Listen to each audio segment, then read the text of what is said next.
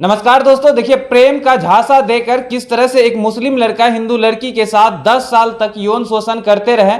लेकिन जब वही शादी की बात की लड़की कि आपके साथ शादी करेंगे, आपके साथ रहेंगे, तो उसके बाद जो है कि लड़का पीछे हट जाता है। हमारे साथ लड़की मौजूद है, इनसे बात करेंगे क्या कुछ सच्चाई है। आपका नाम क्या है? पल्लवी नाम है मेरा। लड़का का नाम? एमडी रिजवान। कैसे मिले थे उनसे? हम उनसे कोचिंग क्लास में मिले थे। अच्छा, हाँ। आप हिंदू हैं? हाँ, मैं हिंदू हूँ। वो मुस्लिम है? हाँ जी। कैसे आप लोग मिले थे? हम लोग एक्चुअली कोचिंग में मिले थे, एक अच्छे दोस्त थे। अच्छा, हाँ। फिर कैसे कैसे बात हुआ, कैसे वो प्रेम में बदल गया? वो हम मतलब 2016 में उनसे कोचिंग में मिले थे और हम लोग एक अच्छे दोस्त थे। दोस्त से बात करते करते हम लोग का अटैचमेंट हो गया और हम लोग एक दूसरे से प्यार करने लगे।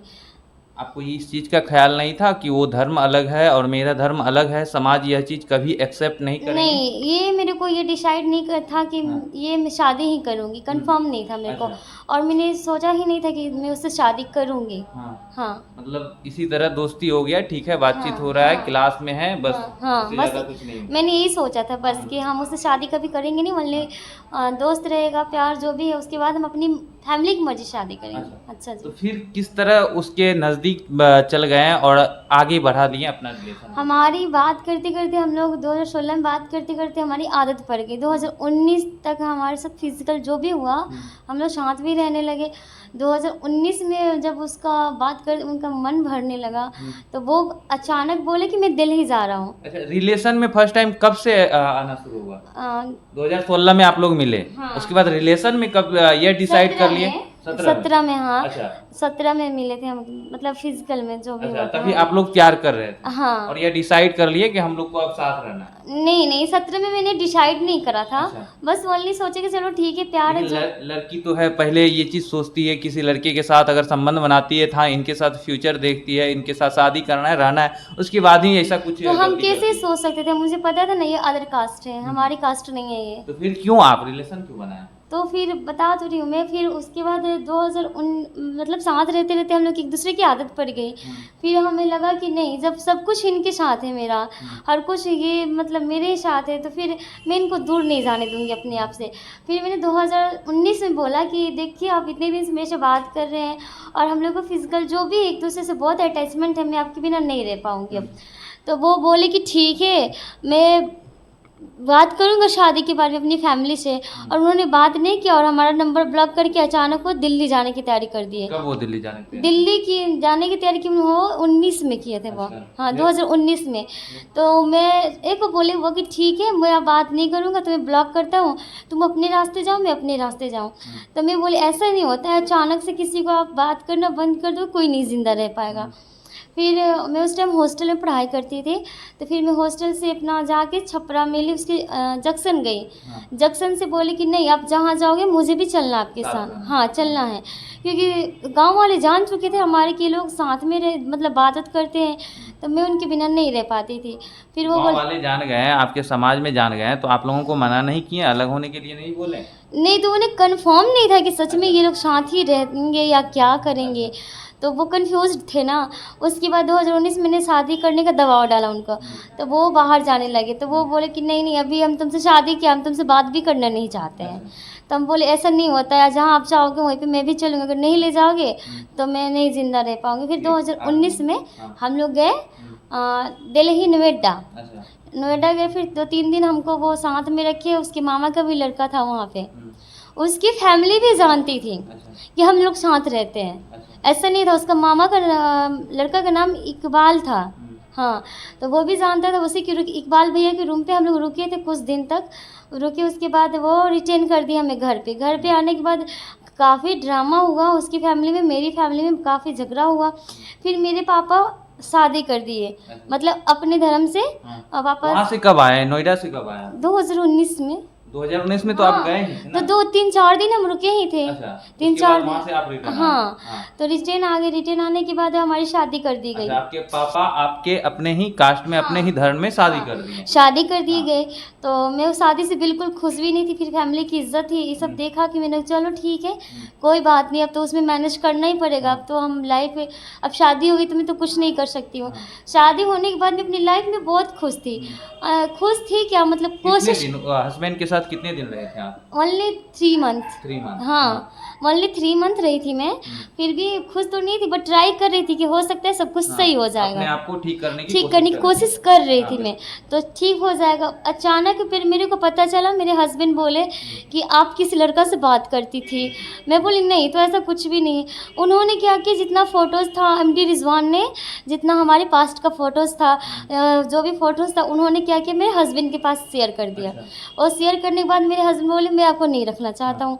कोई वो ही नहीं, कोई भी लड़का यहाँ पे रहेगा तो वो एक्सेप्ट नहीं करेगा अपनी वाइफ को। आपके हस्बैंड को कैसे पता चला? उनके आईडी पे, फेसबुक पे हाँ, देखा? मेरे देखिए, मैं अपने हस्बैंड के साथ फ़ोटो डालती थी, अच्छा। तो एमडी रिजवान मेरे गाँव के थे। हाँ। तो गाँव के बहुत सारे लोग अच्छा, थे उनको मेरे। पता चल गया था आपके हस्बैंड को? हाँ, क्योंकि मैं भी फ़ोटो में थी, जॉइंट फ़ोटो था हमारा, तो वो उसमें से निकाल के फिर वो उनके पास मैसेज कॉन्टैक्ट किया उनसे, और सारा प्रूफ़ उन्होंने भेज दिया। अच्छा। उसके बाद मेरे हस्बैंड से डिवोर्स हो गई। अच्छा। डिवोर्स होने के बाद मैं गाँव चली आई।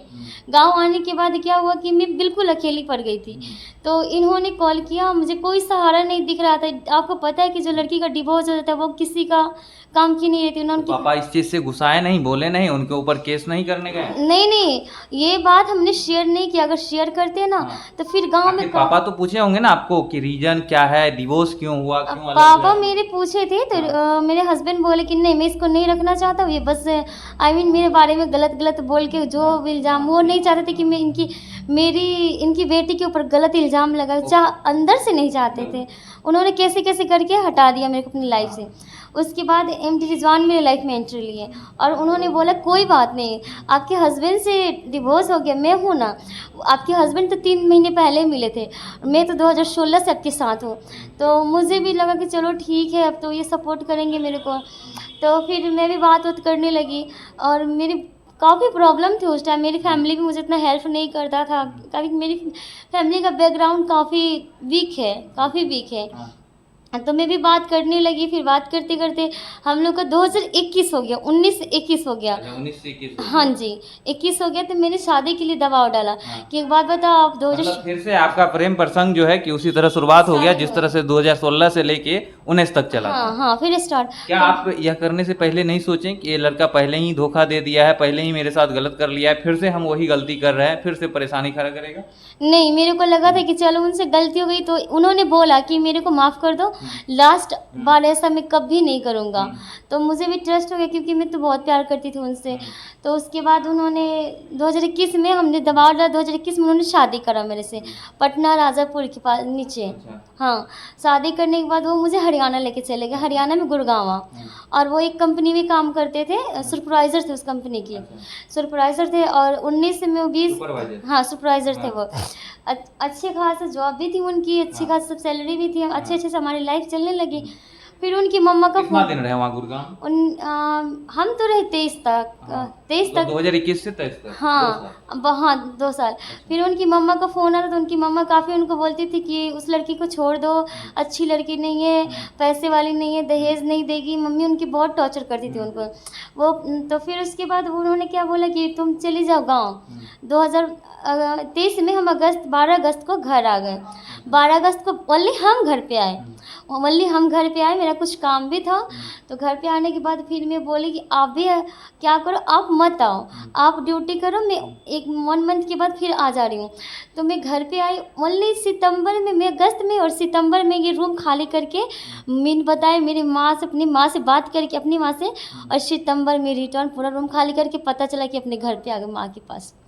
हमने बोला आप ऐसे क्यों किए, आप मेरे तो फिर आप वहाँ से आए तो उनके घर पे नहीं जाने के लिए बोले कि हम शादी किए हैं, हम आपके घर पे जाएंगे, आपके साथ रहेंगे? नहीं, उन्होंने बोला पहले कोर्ट मैरिज करेंगे तब चलेंगे। तो हम बोले 2 साल पहले जब आप शादी किए थे तभी दबाव नहीं किए कि कोर्ट मैरिज? मैंने बहुत दबाव किया। बोले कि देखिए हमें तो आइडिया नहीं था इतना कि कितना लगता है, क्या लगता है। मैंने पूछा भी था, तो बोले धर्म एक्सचेंज करेंगे पहले, तब तुमसे कोर्ट मैरिज करेंगे। क्या चेंज करेंगे? धर्म एक्सचेंज करेंगे। धर्म एक्सचेंज करेंगे? हाँ। मतलब धर्म बदलना होगा? हाँ, तब तुमसे कोर्ट मैरिज करेंगे। मतलब आपको हिंदू से मुस्लिम बनाएंगे? हाँ, तब मैंने, उसके बाद वो कोर्ट मैरिज करेंगे? हाँ, तो मैंने बोला चलो ठीक है, आप कर लो कोर्ट मैरिज। तो मैं हमेशा दबाव डालती। आप धर्म बदलने के लिए तैयार थे? ऑफकोर्स, तो उनके साथ प्यार करते थे? ऑफकोर्स तैयार थे, क्योंकि पूरे लोग जानते थे कि हस्बैंड वाइफ है। आपको गलत नहीं लग रहा था? कभी गलत का एहसास हुआ कि नहीं? नहीं, अभी भी हुआ है कि नहीं? अब तो हो गया है। हाँ, अब चलिए तो आगे बताइए।